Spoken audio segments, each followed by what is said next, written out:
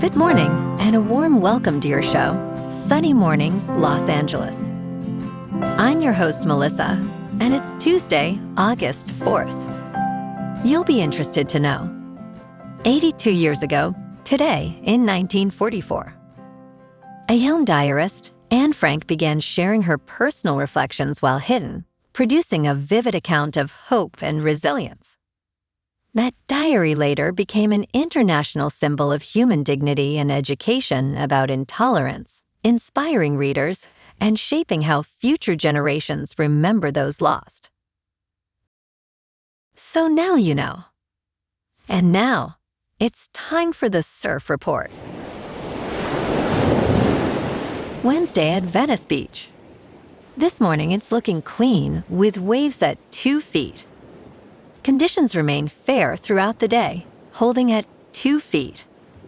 Winds start onshore at 2 miles per hour, shifting to sideshore at 4 miles per hour by 8 a.m., then back to onshore at 6 miles per hour around 11 a.m.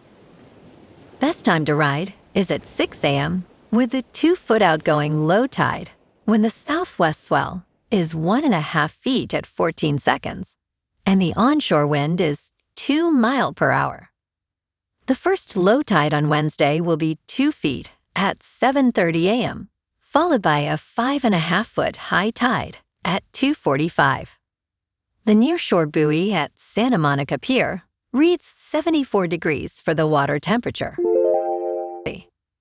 Thursday offers clean conditions with consistent 2-foot waves throughout the day.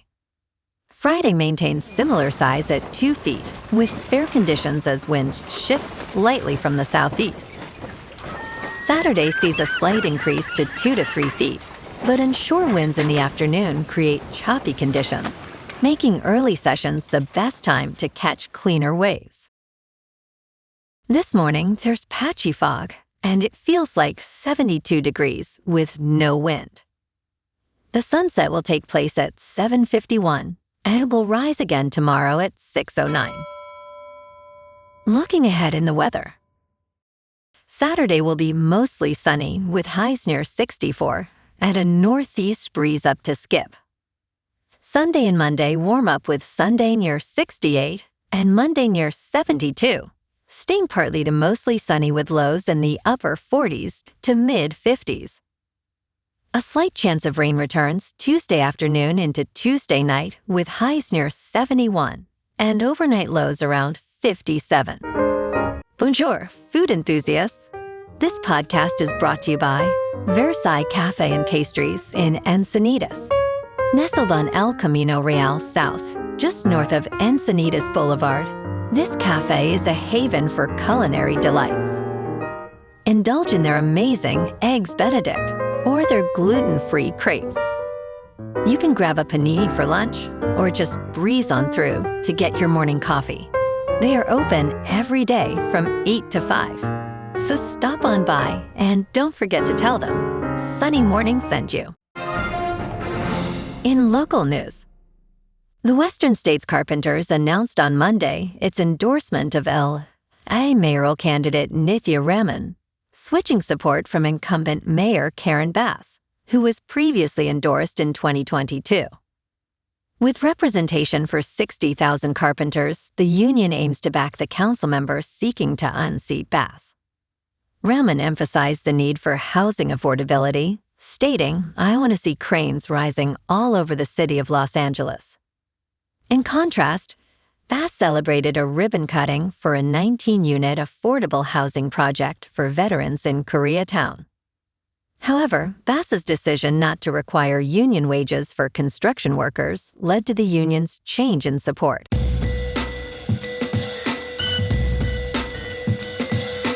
Now on to sports. A vindicated Aaron Rodgers is primed for one last run at that elusive second Super Bowl ring in his walk-off season with the Steelers. Steelers defensive back Brandon Eccles finds the question of Rodgers' capabilities downright laughable. "That's the best quarterback I've stepped on a field with," said new running back Rico Dowdle. Rodgers has already announced that this upcoming season will be his last, stating, "This is 100% the end." With a supportive cast, including a talented offensive line and promising skill players, the Steelers are hopeful for a special season. Rodgers possesses both the physical and mental tools needed to join the ranks of great quarterbacks who have won after 38. In local sports, the Dodgers are facing elimination this afternoon at Wrigley. Down 2-0 in their series with the Cubs, LA needs a win to avoid getting swept. Eric Lauer takes the mound against Shota Imanaga at 11:20. The offense has been non-existent so far, just 6 runs across the first 2 games, but a quality start from Lauer and some clutch hitting could spark a turnaround. First pitch is at 11:20 this morning. The bigger problem for the boys in blue is catcher Dalton Rushing's season is likely over. An MRI revealed a small UCL tear in his right arm. He'll be shut down from throwing for at least 4 to 6 weeks and surgeries possible.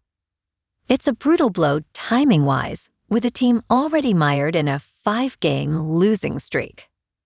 On the bright side, Tarek Skubal made his Dodgers debut yesterday and looked sharp, allowing just 2 earned runs over 6 innings with 6 strikeouts despite the loss. Meanwhile, the Rams are managing a quad injury for tight end Davis Allen, sidelined the last 4 training camp practices. Head coach Sean McVay said they'll give him time to recover. It's not ideal, but depth at the position means they don't have to rush him back. Rookie Max Clare could benefit from the extra snaps. In top news, McDonald's is having trouble attracting bargain-hungry customers amid the current economy. The fast food giant reported its slowest United States sales growth in over a year as value offers failed to resonate with customers facing higher prices. Overall customer count in the United States declined. CEO Chris Kempczinski stated, "We simply didn't execute at the level we needed to in the second quarter." Despite reports of resilient consumer spending, low-income households are still struggling with affordability. Analysts criticize McDonald's for a very jumbled strategy that has angered customers and led to declining traffic. Value is now paramount, with sit-down chains outperforming traditional fast food. In business news, Michael Burry of The Big Short fame is sticking with his bearish wagers, even as the Standard & Poor's 500 surges to a record high, warning that the rally could still end in a sharp sell-off reminiscent of the 1987 stock market crash. Burry stated, "I continue to believe it is possible we are near a major top and possible a 1987-type fall, but the Standard & Poor's 500 making new highs likely will bring new money into the market." On Tuesday, the Standard & Poor's 500 jumped 1.9% to its first record close since June. Burry continues to hold short positions in several companies, including Micron, Nvidia, and Tesla. He remains confident in his long-term outlook, but will cut losses if trades move decisively against him. In crypto movement, Bitcoin is unchanged at just over $64,000. Ethereum is unchanged at just under $1,900. And XRP is down 1% to $1.07. Moving on to a more local vibe. In our community spotlight on health and wellness, we are working with a national Pilates studio to bring you some free classes, so listen up. Check out Club Pilates, with several locations in the San Diego area. Pilates presents a comprehensive wellness approach, cultivating strength, reducing tension, and elevating mental well-being. Scientific research affirms its benefits. So now you can check out Club Pilates for a free class, with locations in Encinitas, Solana Beach, Oceanside, La Jolla, and more. Just be sure to tell them Sunny Morning sent you by. And now, back to the show. Let's talk tech. Pavel Durov, the CEO of Telegram, claims a takedown extortionist was responsible for the app's brief removal from the App Store. He stated that a malicious actor edited an old message in an active group chat to display AI-modified illegal content that would not be reported by group members. Durov alleged this created an opportunity for extortion, as the actor would use automated accounts to report their own post to Apple unless paid. He warned that extortionists have found a way to manipulate Apple into overreacting, posing a systemic risk for platforms with user-generated content.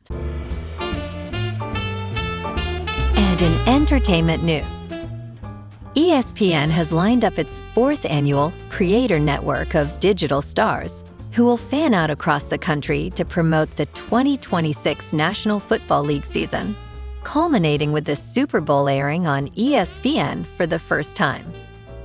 The 5 members of this year's cohort include Chase Merman, Isaac Rochell, Simone Scott, Diana Flores, and Lee Camerano.